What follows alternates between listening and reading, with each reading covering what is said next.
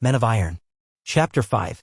The Earl of Mackworth, as was customary among the great lords in those days, maintained a small army of knights, gentlemen, men-at-arms, and retainers who were expected to serve him upon all occasions of need, and from whom were supplied his quota of recruits to fill such levies as might be made upon him by the king in time of war. The knights and gentlemen of this little army of horse and foot soldiers were largely recruited from the company of squires and bachelors, as the young novitiate soldiers of the castle were called. This company of esquires consisted of from 80 to 90 lads ranging in age from 8 to 20 years. Those under 14 years were termed pages and served chiefly the countess and her waiting gentlewomen, in whose company they acquired the graces and polish of the times, such as they were. After reaching the age of 14, the lads were entitled to the name of esquire or squire. In most of the great houses of the time, the esquires were the especial attendants upon the lord and lady of the house, holding such positions as body squires, cupbearers, carvers, and sometimes the office of chamberlain. But Devlen, like some other of the princely castles of the greatest nobles, was more like a military post or a fortress than an ordinary household. Only comparatively few of the esquires could be used in personal attendance upon the earl. The others were trained more strictly in arms and served rather in the capacity of a sort of bodyguard than as ordinary squires.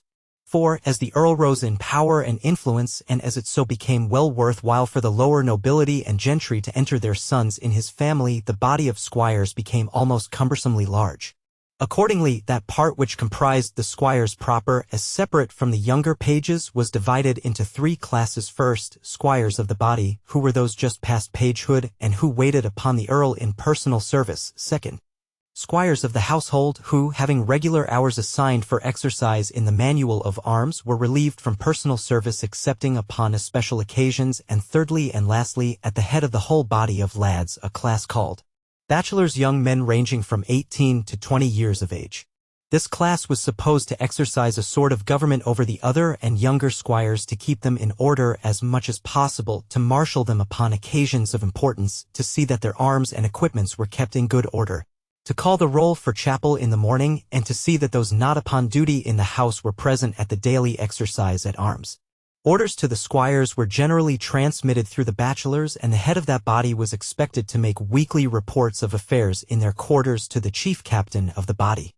From this overlordship of the bachelors there had gradually risen a system of fagging, such as is or was practiced in the great English public schools. Enforced services exacted from the younger lads, which at the time Miles came to Devlen had, in the 5 or 6 years it had been in practice, grown to be an absolute though unwritten law of the body, a law supported by all the prestige of long-continued usage. At that time the bachelors numbered but 13, yet they exercised over the rest of the 64 squires and pages a rule of iron, and were taskmasters, hard, exacting, and oftentimes cruel. The whole company of squires and pages was under the supreme command of a certain one-eyed knight, by name Sir James Lee, a soldier seasoned by the fire of a dozen battles, bearing a score of wounds won in fight and tourney, and withered by hardship and labor to a leather-like toughness. He had fought upon the king's side in all the late wars, and had at Shrewsbury received a wound that unfitted him for active service, so that now he was fallen to the post of captain of esquires at Devlen Castle, a man disappointed in life, and with a temper embittered by that failure as well as by cankering pain. Yet perhaps no one could have been better fitted for the place he held than Sir James Lee. The lads under his charge were a rude, rough, unruly set, quick, like their elders, to quarrel, and to quarrel fiercely, even to the drawing of sword or dagger. But there was a cold, iron sternness about the grim old man that quelled them, as the trainer with a lash of steel might quell a den of young wolves.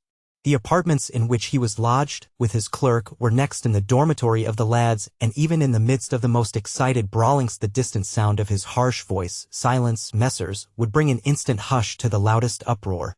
It was into his grim presence that Miles was introduced by Gascoigne.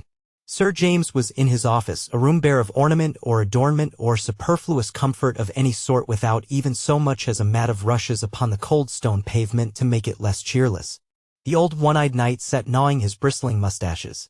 To anyone who knew him it would have been apparent that, as the castle phrase went, the devil sat astride of his neck, which meant that some one of his blind wounds was aching more sorely than usual.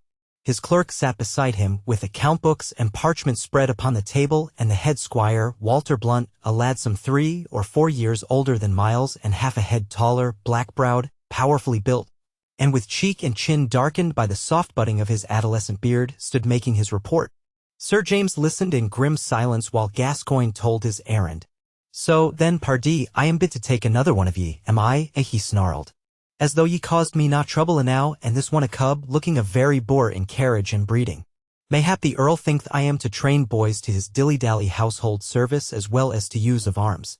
"Sir," said Gascoigne, timidly, "my lord saith he would have this one entered direct as a squire of the body, so that he need not serve in the household." "Sayest so?" cried Sir James, harshly. "Then take thou my message back again to thy lord. Not for Mackworth, no, nor a better man than he will I make any changes in my government. And I be set to rule a pack of boys, I will rule them as I list, and not according to any man's bidding. Tell him, sirrah, that I will enter no lad as squire of the body without first testing and he be fit at arms to hold that place." He sat for a while glowering at Myles and gnawing his mustaches, and for the time no one dared to break the grim silence. "What is thy name?" said he suddenly.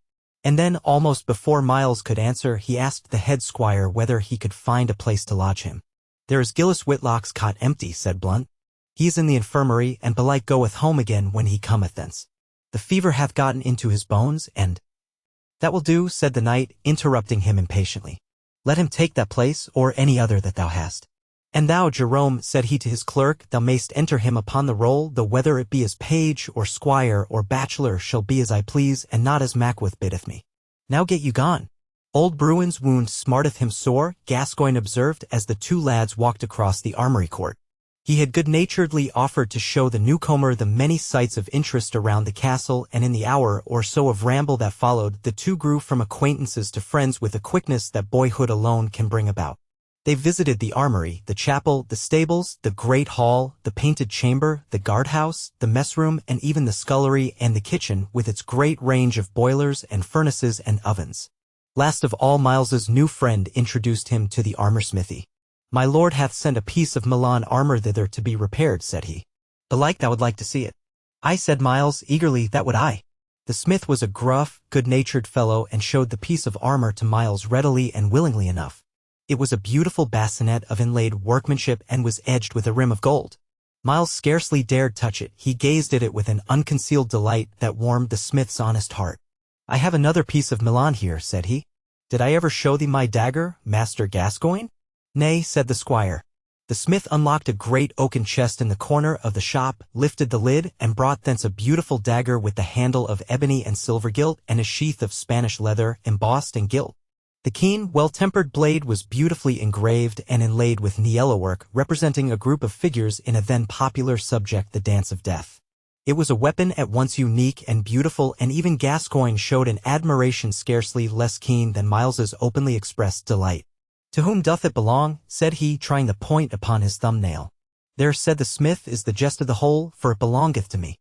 Sir William Beauclerk bade me order the weapon through Master Gildersworthy of London town, and by the time it came hither, lo, he had died, and so it fell to my hands. No one here payeth the price for the trinket, and so I must e'en keep it myself, though I be but a poor man." "How much dost thou hold it for?" said Gascoigne. 17 shillings buyeth it," said the armorer carelessly.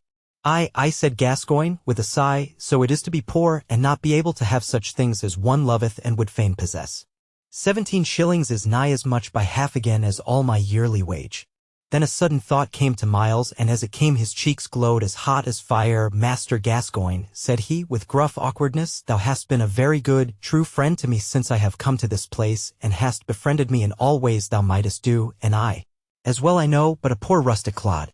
Now I have 40 shillings by me which I may spend as I list, and so I do beseech thee that thou wilt take yon dagger of me as a love gift, and have and hold it for thy very own." Gascoigne stared open-mouthed at Myles. "Dost mean it?" said he at last. "Aye," said Myles, "I do mean it. Master Smith, give him the blade." At first the smith grinned, thinking it all a jest, but he soon saw that Myles was serious enough, and when the 17 shillings were produced and counted down upon the anvil, he took off his cap and made Myles a low bow as he swept them into his pouch. "Now, by my faith and troth," quoth he, "that I do call a true lordly gift. Is it not so, Master Gascoigne?" "Aye," said Gascoigne, with a gulp, "it is, in soothly earnest." And thereupon, to Myles's great wonderment, he suddenly flung his arms about his neck, and, giving him a great hug, kissed him upon the cheek. "Dear Miles," said he, "I tell thee truly and of a verity I did feel warm towards thee from the very first time I saw thee sitting like a poor oaf upon the bench up yonder in the anteroom, and now of a sooth I give thee assurance that I do love thee as my own brother. Yea, I will take the dagger, and will stand by thee as a true friend from this time forth. Mayhap thou mayst need a true friend in this place ere thou livest long with us, for some of us esquires be soothly rough, and knocks are more plenty here than broad pennies, so that one new come is like to have a hard time gaining a footing."